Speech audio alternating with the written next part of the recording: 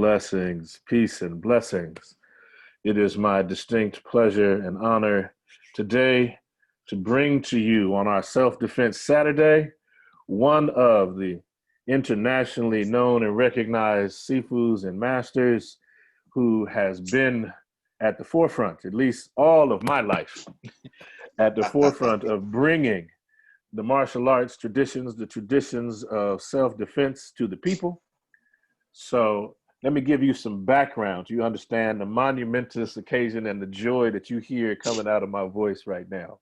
Okay, we have with us a man who is known as the elephant, and he is known that way because when he sees it, he remembers it, and he never forgets, and he can bring it to you in a way that was brought to him.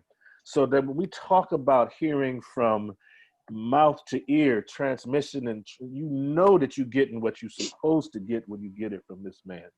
Talking about a man that is a Jegna, that has demonstrated over the course of his time, not just his skill, not just behind the academic places where he's had books translated into multiple languages, from the Chinese to English and Spanish around his master's work in terms of the Hungar.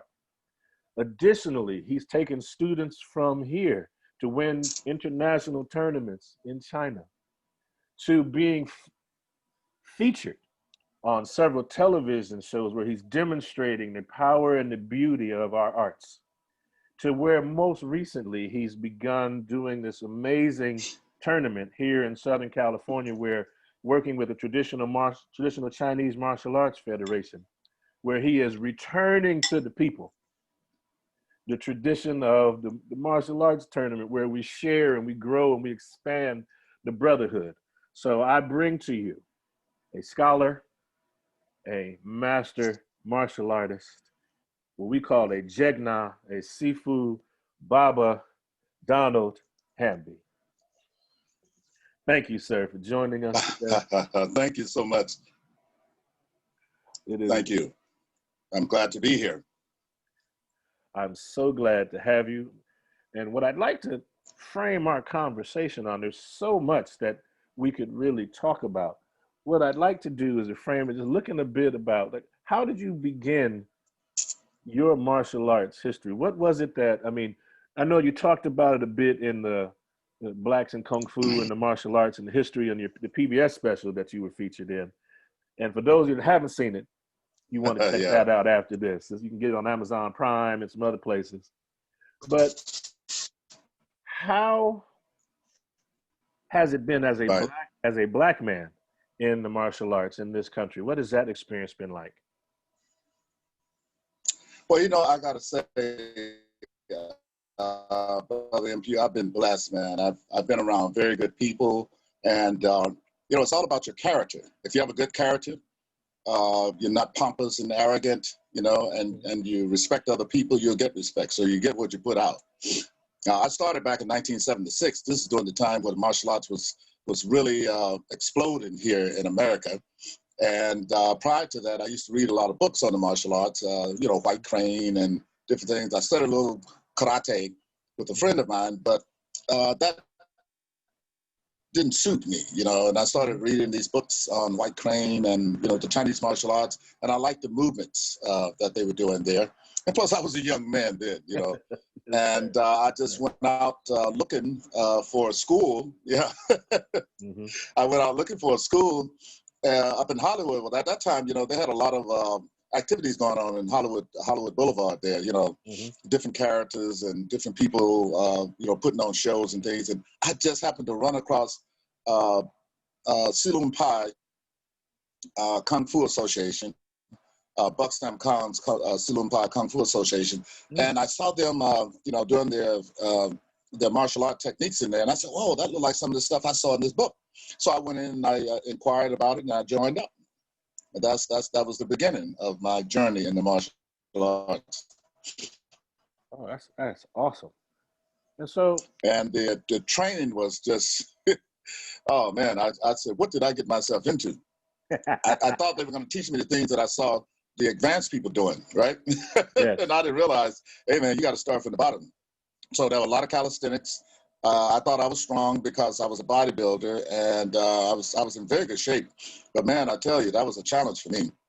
And the discipline that you need to you got to have an iron will in the martial arts. You can't give up, and then you'll start to see progress, and then you become inspired. And so I became inspired when I would see my teacher and some of the advanced people doing techniques, and they were just in awe with me. And they said, "Wow, you seem to catch on very fast. Have you studied martial arts before?" I said, "No, I have not. But I was gifted by the creator to be coordinated, and I can look at things and pick up on it. For me, the martial arts was very easy to learn." Mm-hmm. And when I would see some of my other classmates, they would struggle with it. And I trained day and night, in the morning, and then I trained at night at the school. And plus, my brother lived with me, so I had someone to train with. So all the techniques and different things that they taught me later, I could practice them with him and my friends. Yeah. That sounds amazing. It sounds like you had. So that was how I got started. Yeah, thank you. Well, it was a magical time, man. It was just something about the martial arts. It was a mystery wrapped in a riddle, so to speak. And I was trying to figure it out. And I lived in Baldwin Hills at the time, so I would go jogging in the morning, and I would go to the park to practice. And again, at that time, Kung Fu was new to everybody, but people were excited about it because it was new. And most people were curious. So I would have people approach me at the park, say, "Man, that stuff don't work," and blah, blah, blah. But I had so much respect for the art and so much confidence in it. And, when they would try to test me, I used this iron broom technique because I like that. Iron broom is where you go down low and you sweep around in a circle with one leg. Yeah. And they call it iron broom because it has to be strong. Otherwise, when you clash into someone, you'll fall over yourself. But no, I swept him about 3 feet out in the air, and he got the point. And then I used to train at Dorsey. I would go in private places to train after that. So I was at Dorsey High School training there because that's where I graduated from. And there was an area there where it was very secluded, but nice. The grass was cut and the shrubbery, everything was nice, very pleasant there. And all of a sudden, here's a guy coming. He said, "Hey, you study martial arts?" I said, "Yeah." And I was kind of curious, how did he get in there and find me? And so anyway, to make a long story short, he asked me if I wanted to spar. I said, "Sure." And so we squared off, and I kicked him with a roundhouse kick in the face and knocked him out. And it scared me because he was making this noise, like he was snoring. Yeah. And that was this attendant in the cafeteria. She looked over and saw me. She said, "Hey, what are you doing? What are you doing?" And man, I was shaken up because he was the first person I knocked out in the martial arts. I had fights on the street, but I didn't knock people out, not that I know of, because when you fight, you do what you got to do and you take off. Yes, sir. Yes, sir. And so she came over with a bucket of water. Yeah, she came over with a bucket of water and a towel, and we put some water on him, and he woke up.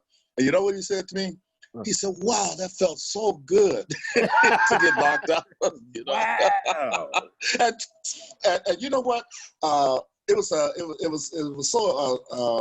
so funny because one day I was practicing at the school, and he came into the school. I guess he was curious and he wanted to join up because our school was right on the main boulevard of Hollywood Boulevard. Mm-hmm. So a lot of people used to stop and come by. We used to stop traffic, so we had to put a curtain up because the cops came by and said, "You guys are stopping traffic, so you got to put a curtain up to keep people from stopping to look in there," because Kung Fu was new here in America then. Mm-hmm. And I tell you, man, I was lucky because a lot of the schools would not let you in unless someone referred you. And at that time, a lot of Black people couldn't even get into those schools. I was turned away from the Wing Chun because I was curious about Wing Chun. I was curious about Tai Chi. And they said, "Well, who sent you here?" And I said, "Oh, I just want to watch." "Oh, no, you cannot watch." I guess they thought I was coming to challenge them. Yes. Because I was big and muscular then. Very, yeah. So it's kind of scared them. So, so there you go. Yeah. So that was it was very interesting time then. Kung Fu was really. People were so excited about Kung Fu. They would, walk around in the uniforms and the shoes and things like that. And Yeah. then I would hang out in Chinatown, Mm-hmm. and man, we used to go watch those Chinese movies. And I looked up, there was one movie we watched called 36 Chamber. And I said, wow, that looks like some of the stuff that I practice, you know, and it by Lau Luen. And his dad was a martial art master that trained under Lam Sai Wing. And Lam Sai Wing is the premier figure for modern day Hung Gar. And he's the one that brought Hung Gar to Hong Kong in 1930. And then it just spread out from there, spread into America. And my Sifu at that time, Bak Sam Kong, was one of the first to start teaching foreigners in Hawaii. And so I was lucky, man. I just chose the right, something led me there, spiritually just led me there. And it was great.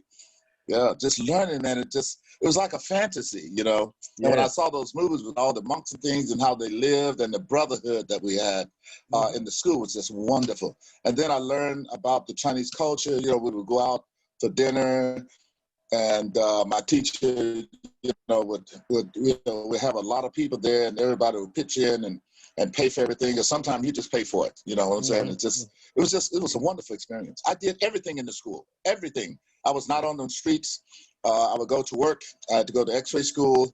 So when I would finish that, I would go to Griffith Park, run a couple of miles, go to the school. And at this time, he had appointed me to assist him. So I was his assistant. And so from there on, I started teaching, and I got better and better. I wanted to get better. You have to have a desire for this. You know what I'm saying? And if you don't have that desire, you won't get it. And if you practice Kung Fu long enough, it will give up its secrets to you. You understand? So what do I mean by that? You'll learn how to coordinate your body and your mind with this thing. You see, it's a wonderful experience, man. I tell you, I just wish more people would know about it. When I met you, I was so happy. I said, wow, here's another brother that's interested in the martial arts, because not that many were interested in it. You know, everybody else was, but not many black people were. Yes, sir. Yes, sir. Yeah. So I have a lot of respect for you, brother. And your martial art is very good, and your students are very disciplined. And that is a good thing. Yes. Thank you, sir. I'm deeply grateful. There we go. I don't really know how to take that, but thank you.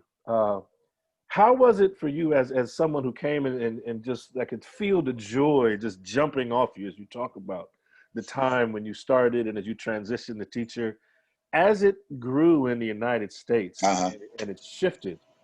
What was that experience like, transitioning from this place where popularity and everybody wanted to be in, everybody wanted to do it, to kind of as it moved into the 70s, from there to the 80s and 90s, where it was less popular, but the movies weren't less popular, but the actual practice of what people were interested in seemed to shift. What was that like? Well, you know what? In life, everything changed. You know, there's a time where things change. So Kung Fu was kind of dying out, right? At the time I got into it, karate was very popular, lots of tournaments and things like that. And I wanted to represent my school. And plus, I'm a warrior by nature, you know what I'm saying? Yes, and sir. I come from Birmingham, Alabama, where it was very dangerous there. So fighting and struggling with each other, you know, was something normal for me. So Kung Fu started to die out. Traditional Chinese martial arts started to die out like in the early 80s, late 80s. Not late 80s, but mid 80s. Taekwondo, not Taekwondo, but Thai boxing came on the scene. And but we kept training. I never lost that fire, you know, because Kung Fu has so much to offer. And it's not just about fighting, okay? And so you start to learn the culture, what this thing is about. And it's like you're not really concerned about what's taking place outside of that, you know, because I'm in my own world there, you know what I'm saying? And so we would travel to Hong Kong and meet the headmasters there, Lam Sai Wing's nephew, which is great Grandmaster Lam Jo. And this, you know, he was so famous and popular at the time. So whatever was happening in the world outside of what I was doing in the martial arts, it didn't really concern me, even though I knew what was going on. So I started to, my first fight was in 1976. So I was in the school a year, and I fought at the Olympic Auditorium. And that was a wonderful experience for me because it took me to a different level now. You see, because the combat aspect of the martial art is totally different than the traditional aspect of Chinese traditional martial arts, because there are other elements, other things in there that carries over into the traditional aspect of the art. So Taekwondo and I mean Thai boxing, and then I think a little Taekwondo. So it just kind of changed, but Thai boxing kind of dominated that time, just like the MMA is doing now. But then I think Jet Li started. They made a new movie about Shaolin Temple. Then Kung Fu came back up again, so everybody was looking for it. And so I think about the Chinese Kung Fu, see, it takes a long time to learn that. Okay, karate and Thai boxing is strictly about fighting. Okay, but Chinese Kung Fu is not just about fighting. It's about cultivating the mind, cultivating the body. And so we teach you how to cultivate your mind and your body through doing those particular martial art forms. Okay, so the Hung Gar style is based on the 5 animals and the 5 earth elements. And that's a lot. A little bit more, because we may have some folks who don't know that 5 elements or the 5 animals. Yeah, you know, you have, well, our ancestors, I think, first brought that to the world. Yes. You know, like water, wood, earth, metal, and fire. Yes. Okay, and so we kind of those things are kind of exaggerated to the extent where we have different techniques that we use. Like, for instance, metal is a hard type of dynamic tension that we use to smash things with. Okay, and then fire is a rapid type of punches, you know, very fast. Okay, so you get it in on your opponent very fast. And then water is about battering things, you know. So if you have water, you know, if you water drips a long period of time, even on a rock, it'll put a hole in it. Yeah. Okay, so the waves that come in to the shore from the ocean represent that type of technique we use. So we use that water technique for breaking the arms and things like that, or smashing the chin. It's an upward type of a strike that we use. So you can see how smart those martial art masters were, where they sat and observed nature. Okay, and it's just amazing to me how they put this thing together, man. I tell you, when you start studying this stuff, it opens up a channel in your mind it is amazing. It's like going into a room that has many doors, but it's dark in there until the knowledge of come to you, and then the light will come on. You know, it's just a wonderful thing, man. I tell you, it's a wonderful feeling. So the animals, like the tiger, it represents power. Okay, so the tiger grabs and things and twist it and rake it and tear at it. Okay, the crane is about jabbing things, stabbing into it. Okay, this is a hook. This is the poke, where we poke into your eye, dig your eye out. Okay, or we hit certain pressure points. And then you have the leopard, which is a fast type of grinding type of motion like this. And this is a block. This is a block, and this is a strike, where we will strike, you know, different pressure points into the body like that.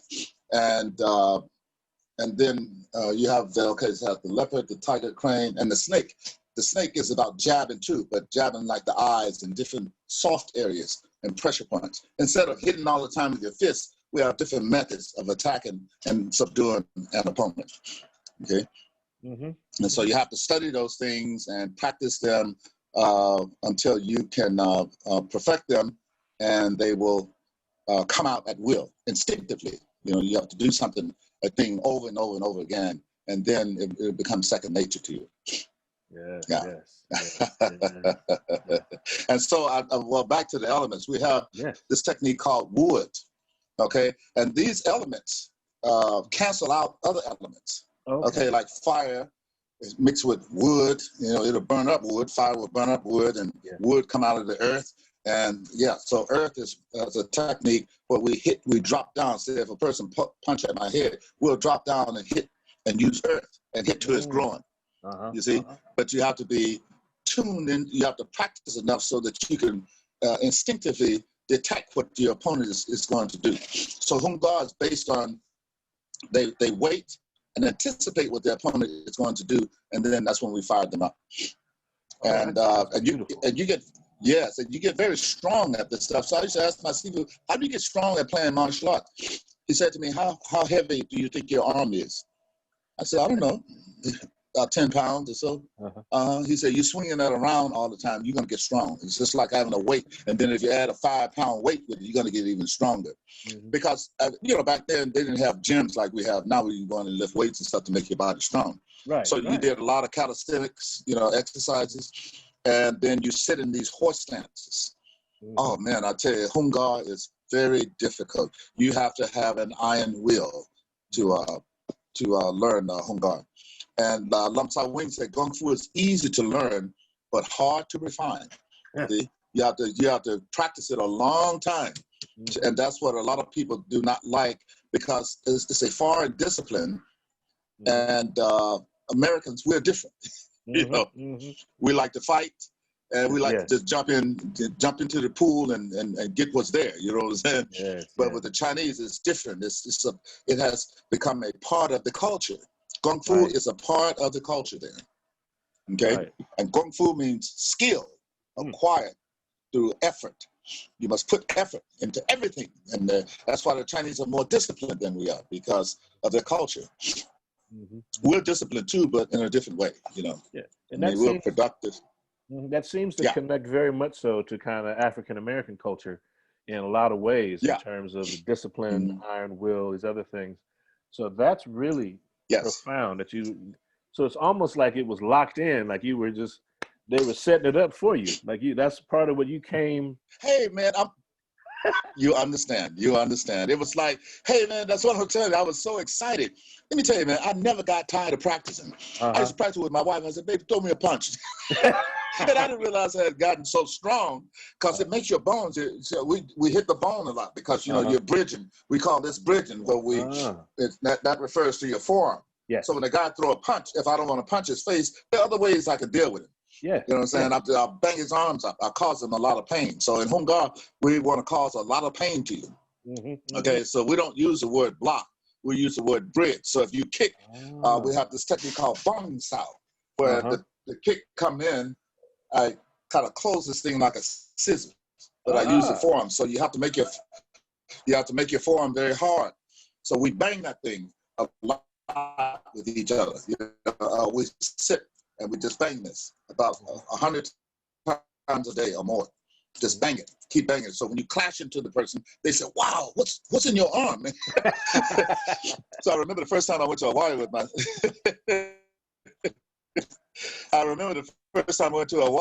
Teacher. One of the advanced students there, and they had this Wing Chun dummy. I said, "Wow, how do you use that?" And so he was showing me how to use it. And so he said, "Throw a punch." And when I did, man, shockwaves of pain just burst into my brain. And I said, "Wow, what is in your arm?" And he said, "You get your arm hard by banging this dummy.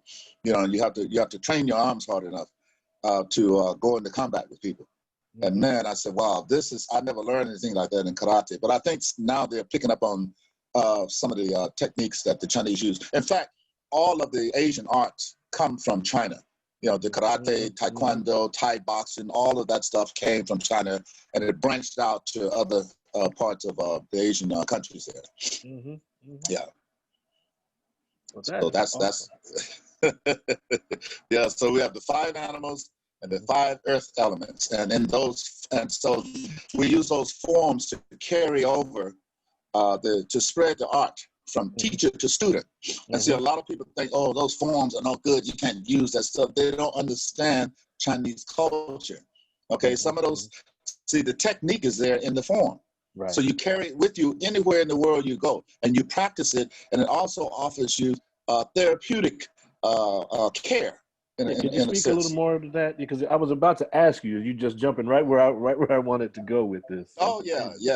Well, when you're learning Kung Fu, you got to do a lot of stretching and calisthenics and things, and these open up different channels, so your energy can flow better throughout your body, and it keeps you from getting sick, or it slows that matter down, because life, things gonna decay in life. And then we have this main set that we are very known for. It's called Tit Sin Kyun. And that refers to dynamic tension and breath control. And you have to have life.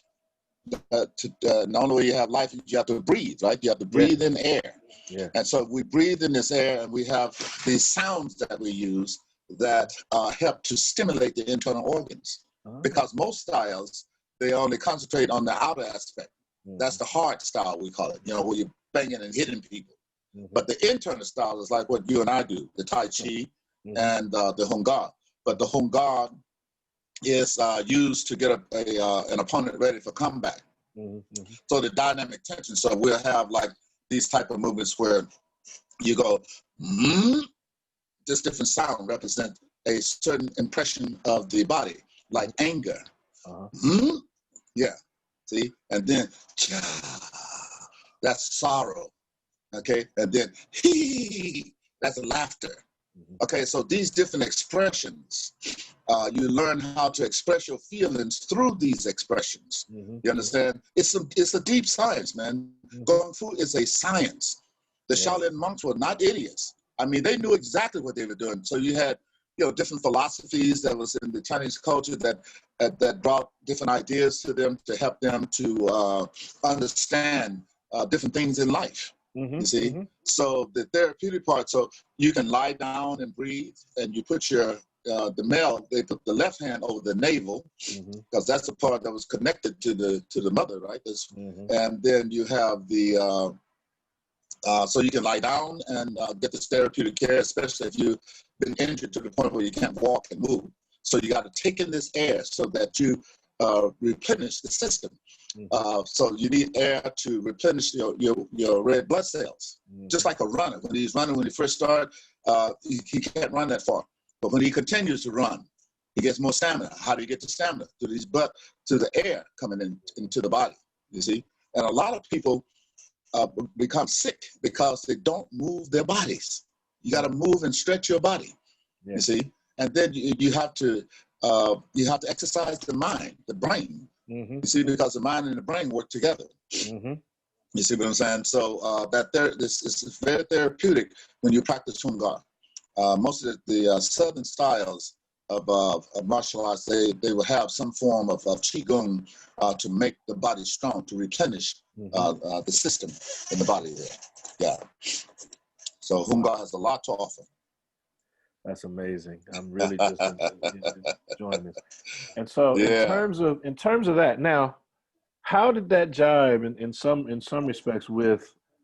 Because what I hear you also saying is that there's this spiritual aspect that kind of is connected to this, like metaphysical concepts that you're using, like these elements and these animals and these principles, but they don't just live in the physical movements, but that you can apply these to like everyday life and everyday situations.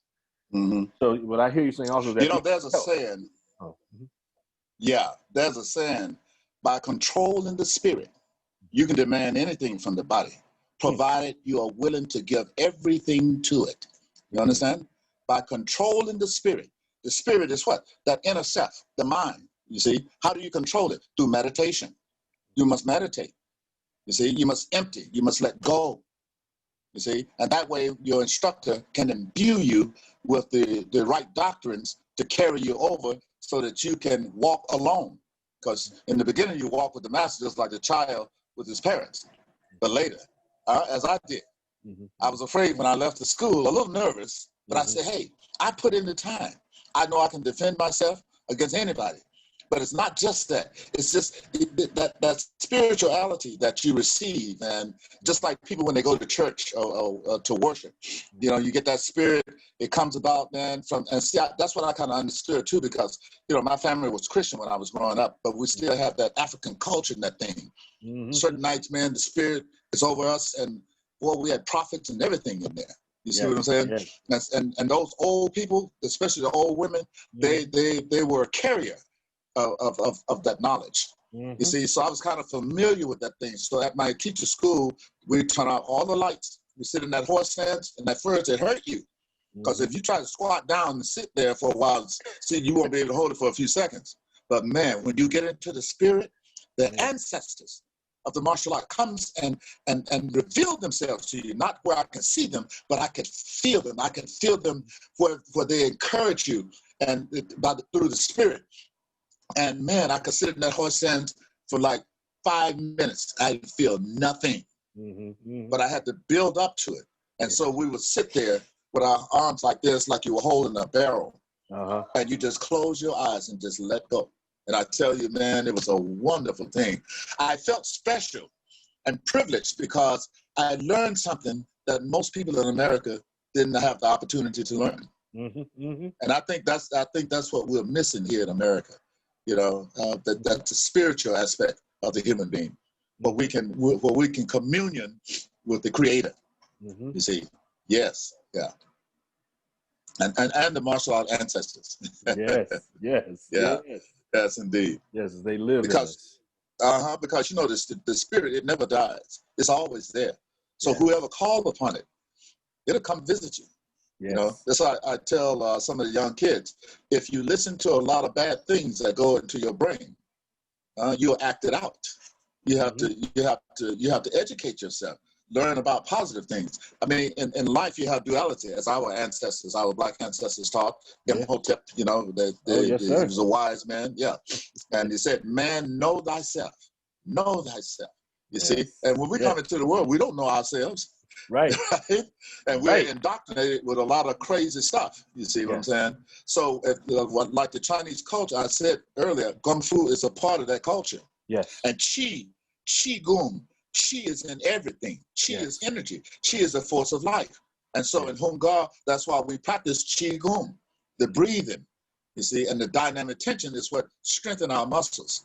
Okay, the breathing is what replenishes our internal organs in our system, the internal system, and it helps to heal and stimulate the organs inside. Because you got to move the organs. Like, you know, with the Egyptians, you see them out like this, kneel in a kneeling stand. Well, I found out that was yoga. Yes, you know, that's I studied a lot from Dr. Ben and all. And so they knew they could move that energy throughout their body, and in the fluids in the body. It's where the chi lies. You see what I'm saying? Yes, so sir. the cerebrospinal fluid. I'm an MRI tech by trade, so I had to study the anatomy a lot. I said, wow, and I love studying about the anatomy. And so I wanted to know where all this cerebrospinal fluid came from. And so the doctor was saying, well, it comes from the brain. But where? How did it flow like that? But they couldn't tell me, you know what I'm saying? But our ancestors knew about those things way back then, man. Yes, they did. And they taught the world about these things. You see what I'm saying? And so it's just a wonderful thing. Knowledge is power, but the understanding of knowledge is the application to power. Yes. You see, if you don't know how to apply it, what good is it? Yes, sir. There it is. Yeah, you got to know how to apply that knowledge, you see. And that's how I live my life. And I said to myself, I wish I had learned it from a baby on up, you know. Yes, sir. Yes, sir. And you know something, brother? My mother told me one thing. She said, boy, she said, when you grow up, don't you mess around with those older women. I said, yes, ma'am. And I said, why? She said, because they will take the fire out of your body. She knew about chi. They call it fire. Yes, that was what my mother told me. And you don't do that a lot. Yes. You don't go around just having sex with people. Okay. He said that's something sacred. Yes. You want to create a God, then you must purify your body, purify your mind before you create another human being. And well, shall we say another God, because we are gods created by the Almighty God, right? Yes, sir. Yes, sir. And in Chinese martial arts, they call Qigong the breath of God. Woo. You see? Yeah, they're heavy, boy. You got to study them. You see what I'm saying? Once you study that culture, you'll start to understand. Because if you're just doing martial arts alone, it's not that, you know, you're not receiving everything that you need to make yourself whole, you know? Yes. And for me, man, I would go on a journey with this. I didn't care about partying and nothing like that. I would convert different people to the martial arts, and we'd get together on the weekend. And man, I tell you, I had a wonderful life with this. So it's been since 1976. Wow. And this is 2020 now. That's how long I've been training, over 40-some years. You know, I have never gotten tired of it. I've not gotten tired of it one bit. And it always reveals something to you. Yes. And I would find myself at work, always moving my hands and you know, practicing this technique, and then your mind starts to give images to you about how Yes. you know what I'm talking about. You're I the know, martial yeah, art master. but the Yeah, folks listening that are getting this, yeah. it's their first time. You are right now inspiring a whole new generation of folks that are sitting here that feel your But fire, that feel that life coming out of you, saying, "Yes, yeah, you can yeah, man. transform Well, your life with this." you remember when Rick James said cocaine is a hell of a drug, right? I tell people kung fu. I tell people, no, kung fu is a hell of a drug, boy. Yes, Listen sir. here. I mean, it'll take you on a high, man. You have to bring yourself down. You're right. Yeah, you have to bring yourself down in this. When you're a Yes, sir. beginner, you don't understand, but when you just keep traveling in it. My Sifu used to tell me, just follow, just follow, just follow. That's all. Follow Yeah. and observe. Watch and follow and observe. Yeah. And to learn kung fu, you must watch and copy that thing. And see, a lot of people don't know how to learn. Kung Fu teaches you so much. If you're uncoordinated, it will straighten out your uncoordination, and it will help you to think better, give you more patience, because some people get very impatient in life, and so what I would do, I'll go practice. If something bothers me, I'll go practice. I don't need to be around nobody. As I said, I communion with the ancestors in it. You just turn that thing on, and they're right there. They say, yeah, okay, let's get busy. And then when I go with the Titinkun, the internal part, that's when you're dealing with the spirit and the mind now. You see what I'm saying? And you have to let go, and you have to feel that thing. It's like being out in space in the universe, but it envelops you. It's not controlling you. It's just you let go. You just lie in it and just relax in it. Yeah, communion with it, man. That's a wonderful thing, I tell you. It's better than a drug, man. I think it turns on certain chemical aspects in the brain. Yeah. And the Chinese were very smart because, see, they had certain scholars to give them certain information about the self. Yeah. And they put all that stuff together in Shaolin. Shaolin means little forest. That's what Shaolin means. Okay. And they were way out in the forest, away from civilization. You see, from the common ruck. Because when you're around just regular people, the forces that people give off, you'll inherit some of that nonsense. You know what I'm saying? So you want to purify your mind, but you got to be in a clear and calm place, and you have to find that place within yourself as well. Yes, sir. And Kung Fu will take you there. So to the audience out there, when people say that Kung Fu is not good for fighting, that's not all we think about. Okay, we think about the spirit of man. See, there are three main forces of man. Okay, and when you get those three main forces under control, then you can kind of step outside that infantile mind that you have and step into a world where you can start to learn. So mind, breath, and the human body are the three main forces of man, and you have to get them under control. Yes, sir. See, yes, sir. But I'm so glad I can talk you to death now, so you got to step in. You are doing and stop. fine, and I want to say I want to honor your time. We've been going right about 45 minutes. I want to check in with you. Oh, are you kidding me? I thought it was like 10 minutes. Yes, sir. Well, when you're doing what you love, you never have to work a day in your life, is what I love the martial arts, man. I love the martial arts. And like I said, it's not about fighting. It's about cultivating the mind and the body, you see, and the spirit. Yes, indeed. Yes, indeed. Thank you so much for having me on your show, man. I really enjoy it. Sir, I am honored. Yes, sir. Now you got me hyped up, so I'm going to have to go outside and practice. I'm teaching my little one, Daniel. Yes. As you saw the last gathering we had, I taught him that spear and sword. Oh, yes. And and it's like he sat and he watched a lot. He doesn't like the pain, And I showed you a little aspect of our Gunji Fukyun, and that means taming the tiger. The tiger, you have to tame the body. That's what that refers to. How do you tame the body? Through putting it through work it hard. It's like putting metal in a fire. Get rid of all the impurities in that thing and purify the body and the mind. You see what I'm saying? Yes, sir. Yes, indeed. Indeed. All right, everybody, I need you to hear the words of this master. You hear what he's saying.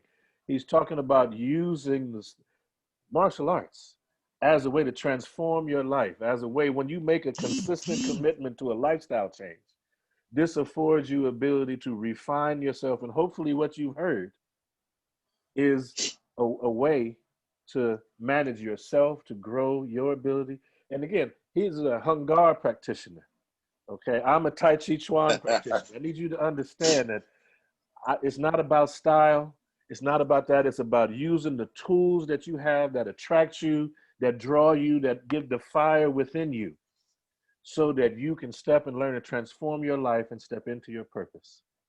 And that the martial arts Absolutely.